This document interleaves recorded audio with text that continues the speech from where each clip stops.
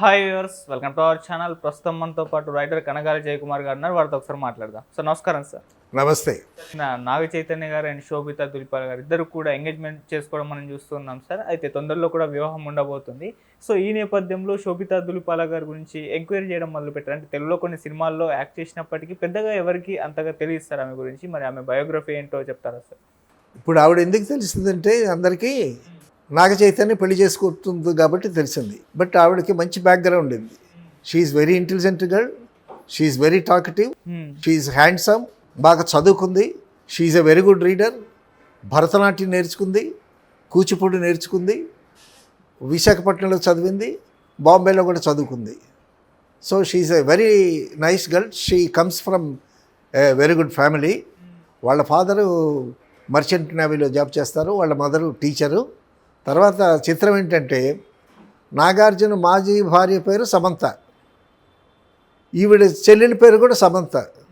So ఈ శోభితాకి సమంతకి నాగార్జునకి ఒక చిన్న హాఫ్ సర్కిల్ రిలేషన్ లాగా ఉంది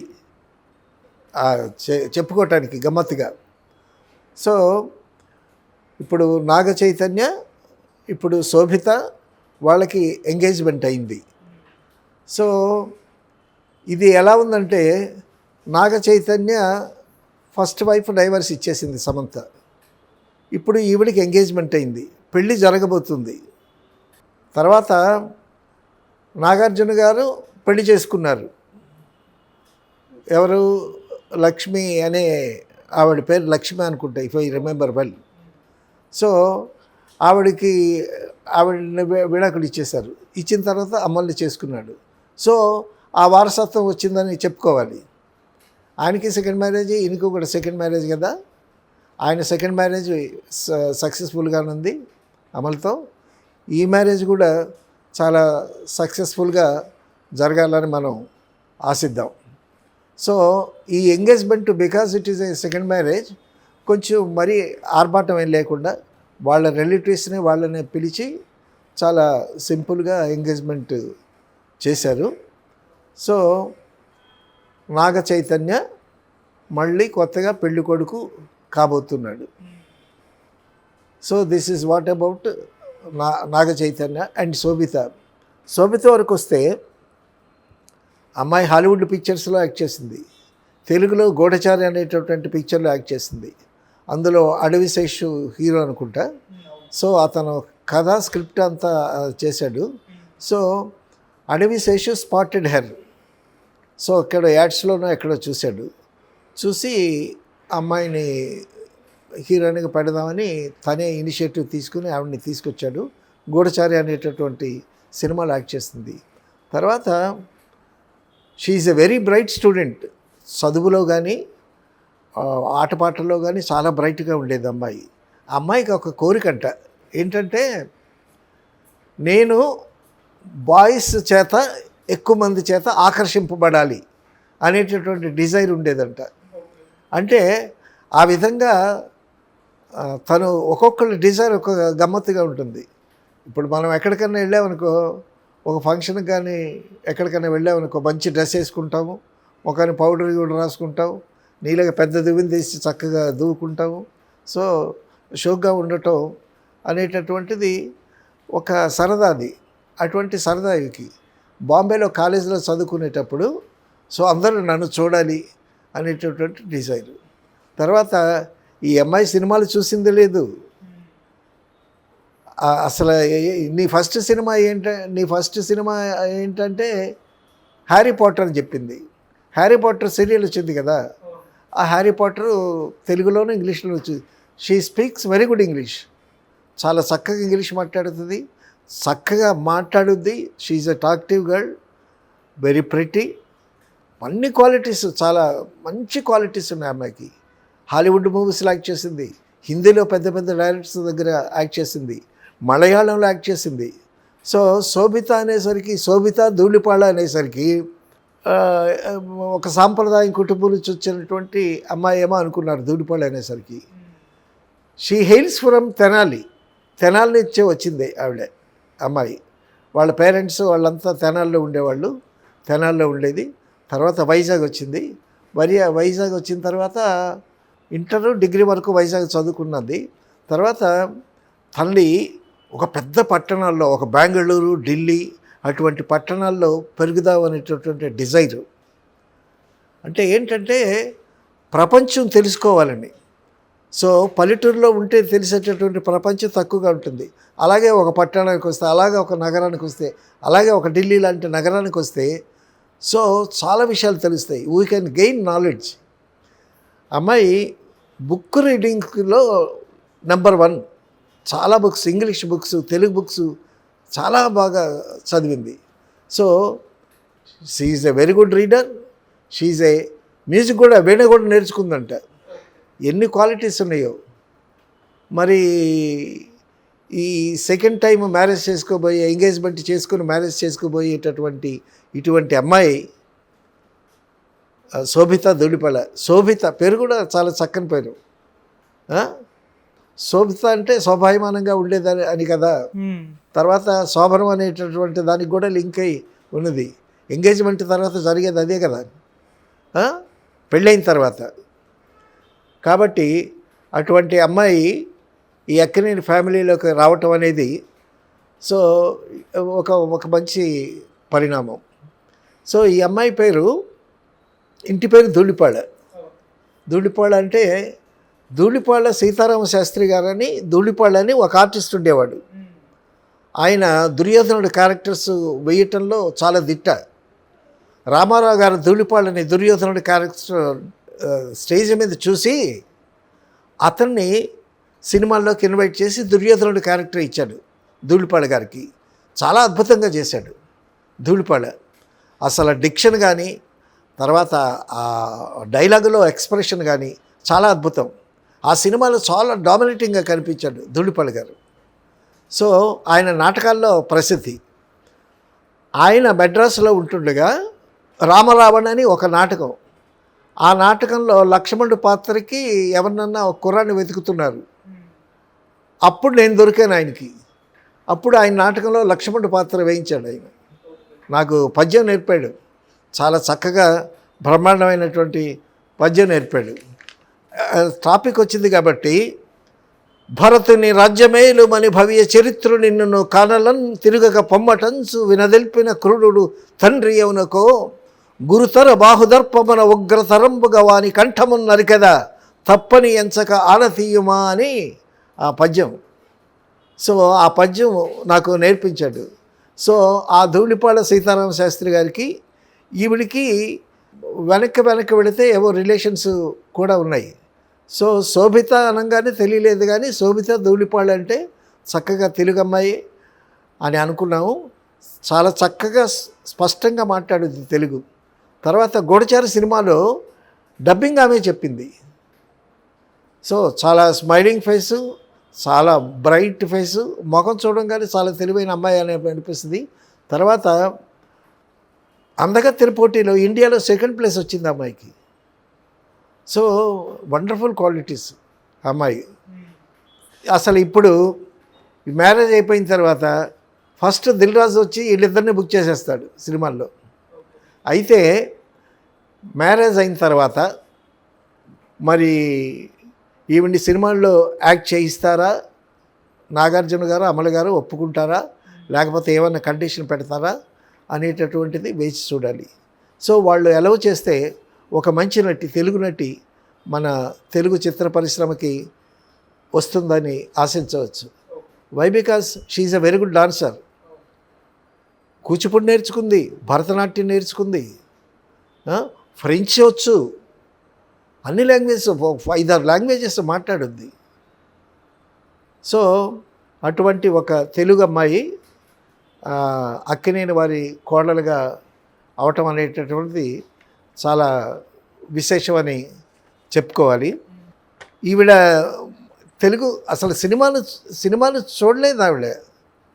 సినిమాలు ఏమీ చూడలేదు. నీవు చూసిన సినిమా ఏంటనంటే ఏదో గుండమ్మ కథ ఏదో చెప్పింది. సో సినిమా బ్యాక్గ్రౌండ్ లేదు, ఫిలిం బ్యాక్గ్రౌండ్ ఏమీ లేదు, ఎవరూ లేరు. మరి నాగ చైతన్య గారు ఎట్టా ట్రేస్ అవుట్ చేపట్టాడో కానీ ఒక మంచి అమ్మాయిని సెలెక్ట్ చేసుకున్నాడని చెప్పాలి. ఇక్కడ నాగార్జున గారికి, లక్ష్మి గారికి, నాగార్జున ఫస్ట్ వైఫ్కి సంబంధించిన ఒక విషయం చెప్పాలి. ఇక్కడ నాగార్జున గారితో అరణ్యకాండ అనే సినిమా చేసాం మారేడుమిల్లి డీప్ ఫారెస్ట్లో. అప్పుడు నేను ఆ సినిమాకి కో డైరెక్టర్ని, క్రాంతి కుమార్ ఏమో డైరెక్టర్. మేము ఆ డీప్ ఫారెస్ట్లో షూటింగ్ చేస్తూ ఉంటే నాగార్జున గారు వచ్చి షెడ్యూల్ అంతా కో డైరెక్టర్గా ప్లాన్ చేసేది. ఏమండి నన్ను ఒక హాఫ్ డే వదిలిపెట్టండి అన్నాడు నాగార్జున. సరేనండి అన్న. సరేనన్న తర్వాత నేను ఆ షూటింగ్ హడావిడిలో మర్చిపోయినా ఆయన అడిగిన సంగతి. రెండోసారి అడిగారు నాగార్జున గారు, నాకు హాఫ్ డే వదిలిపెట్టండి, నేను రాజమండ్రి వెళ్ళొస్తాను అని అన్నాడు. ఎందుకండి అన్న, నా వైఫ్ స్టేట్స్లో ఉంది, లక్ష్మి ఫస్ట్ వైఫ్ స్టేట్స్లో ఉంది, రాజమండ్రి వెళ్ళి, అప్పుడు ఫోన్లు లేవు, మారేడుమిల్లి ఫారెస్ట్లో నుంచి రాజమండ్రి వచ్చి రాజమండ్రిలో ట్రంకాలు బుక్ చేయాలన్నమాట ఆయన అనంటే. సరే అని ఒక హాఫ్ డే ఆయన లేని వరకు ప్లాన్ చేసుకుని మీరు 2 o'clock జాయిన్ అవ్వచ్చు అని చెప్పాను. ఆయన వెళ్ళాడు రాజమండ్రి. వెళ్ళి అట్నుంచి 2 o'clock వచ్చేసాడు. నేను ఆయన దగ్గరికి వెళ్ళి, సార్ హ్యాపీయా, మీరు మిసెస్తో మాట్లాడారా అమెరికా అది ఇదన్న. లేదండి అని అన్నాడు. అదేమండి అన్న, ఆవిడ షాపింగ్కి వెళ్ళిందండి అని అన్నాడు నాగార్జున గారు. సో అప్పుడు ఆయన్ని చూసి అప్పుడే అరణ్యకాండ సెకండ్ పిక్చర్ నాగార్జున గారికి. సో క్రాంతి కుమార్ డైరెక్టర్, నేను కో డైరెక్టర్ని. సో ఆయన ఒక డిసప్పాయింట్ చూసి నేను అయ్యో అనుకున్నాను నేను. ఎందుకంటే మారేడుమిల్లి డీప్ ఫారెస్ట్ నుంచి రాజమండ్రి వెళ్ళి అక్కడ ట్రంకాలు బుక్ చేసి మాట్లాడేటప్పుడు మనిషి అందులో కొత్తగా మ్యారేజ్ అయిన టైం కదా. సో భార్యాభర్తలకి ఆ లవ్ అండ్ ఎఫెక్షన్ చాలా స్ట్రాంగ్గా ఉంటుంది. సో ఆయన ఫోను మిస్ అయ్యేదని అనగానే అయ్యో అనుకున్నాను నేను. సో ఆ విధంగా నాగార్జున గారితో పరిచయం. తర్వాత తర్వాత వాళ్ళిద్దరూ విడిపోయారు. అమల గారితో కుదిరింది, అమల గారితో ఉన్నాడు ఆయన. తర్వాత అది ఆయనకి సెకండ్ వైఫై, నాగార్జున గారికి, నాగ చైతన్యకి సెకండ్ వైఫై. బహుశా ఇది ఒక ఆల్వైఫై ఏమో అనుకోవాలి. So that way I can say Nagarjuna second time అయినా సరే ఒక మంచి లైఫ్ పార్ట్నర్ దొరికిందని చెప్పుకోవచ్చు. అయితే తర్వాత సమంత విషయానికి వస్తే, సమంతకిని అమల గారికి అప్పట్లో పడలేదు, విడిపోయారు అనేటటువంటి ఒక వార్త బయటకు వచ్చింది. సో తర్వాత సినిమాల్లో యాక్ట్ చేయకూడదనేటటువంటి కండిషన్ కూడా పెట్టారని, ఆ కండిషను సమంత గారు ఒప్పుకోలేదని. తర్వాత సమంత అప్పుడు చాలా బిజీగా ఉంది, మంచి ఆర్టిస్ట్ అనేటువంటి పేరు వచ్చింది, మంచి రెమ్యునరేషన్స్ కూడా తీసుకున్నది.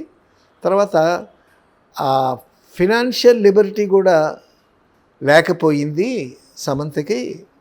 సో అందువల్ల ఆ ఫ్యామిలీలో ఆవిడ ఇవ్వలేకపోయింది, అందుకే బయటకు వచ్చేసింది అని అన్నారు.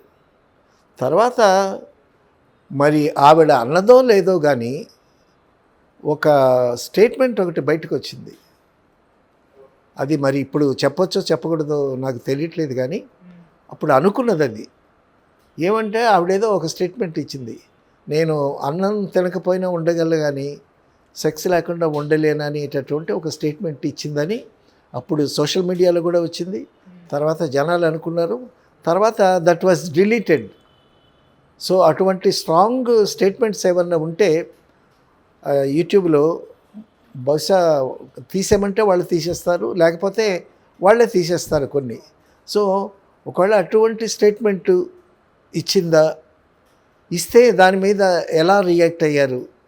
సో అది ఒక మంచి స్టేట్మెంట్ కాదు కదా. సో అంటే ఒకటి ఇప్పుడు దాహం ఎలాగో ఆకలి ఎలాగో, so that is also a physical need. ఇప్పుడు సెక్స్ అనేది ఫిజికల్ నీడ్, ఆడవారికైనా మగవారికైనా it is a physical need, అది తప్పులేదు.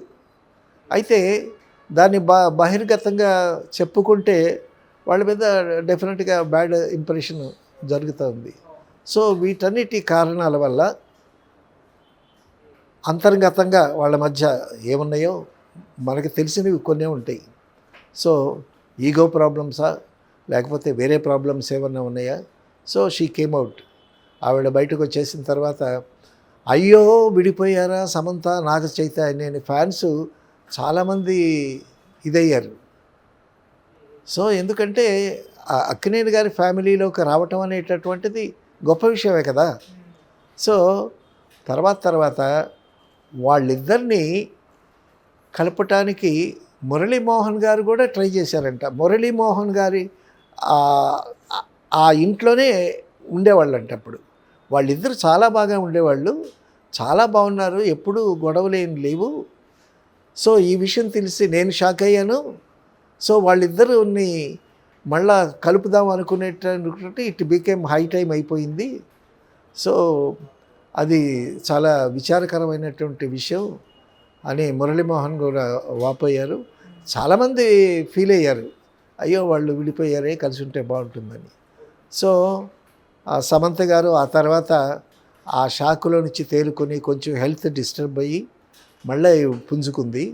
తర్వాత ఈ ఎంగేజ్మెంట్ వార్త వినగానే సమంత కాస్త ఎమోషనల్ అయింది. ఎమోషనల్ అయ్యి కళ్ళంట నీళ్లు పెట్టుకునేటటువంటి పరిస్థితి వచ్చింది. సో వన్స్ డిపార్టెడ్, ఒకసారి విడిపోయిన తర్వాత మళ్ళీ కలవటం అనేది కష్టమే. సార్ ఇప్పుడు ఎంగేజ్మెంట్ జరిగిన తర్వాత సమంత గారి ఫ్యాన్స్ అంటే ఏ విధంగా విమర్శలు చేస్తున్నారంటే, అనవసరంగా విడిపోయినప్పుడు ఒక సమంత గారిని టార్గెట్ చేసి ఆమెనే అన్నారు, నాగ చైతన్యని ఏమీ అనలేదు, మేబీ శోభిత గారి వల్లే ఇప్పుడు సమంత నాగ చైతన్య విడిపోయారేమో, నాగ చైతన్య పైన ఒకరు కూడా అనలేదని చెప్పేసి వీళ్ళ వైపు నుంచి సమంత గారి అభిమానులు అయితే చెప్పడం చూస్తున్నాం సార్. అయితే సమంత వాళ్ళిద్దరు చాలా హ్యాపీగానే ఉన్నారు. విడిపోయిన తర్వాత వాట్ నెక్స్ట్? ఇప్పుడు ఈ వయసులో ఉన్నాడు కదా, నాగ చైతన్య యుక్త వయసులో ఉన్నాడు. సో అట్టేటప్పుడు న్యాచురల్గా he will go for some other alternative. So సమంతతో విడిపోయిన తర్వాతే అతనికి ఈవిడితో పరిచయం జరిగింది. సో వీళ్ళిద్దరూ పరిచయాలు ఉన్నా కూడా బయటికి ఎవరు కూడా వీఆర్ ఇన్ లవ్ అనేటటువంటిది ఎక్కడ ఎక్స్పోజ్ కాకుండా ఉన్నారు.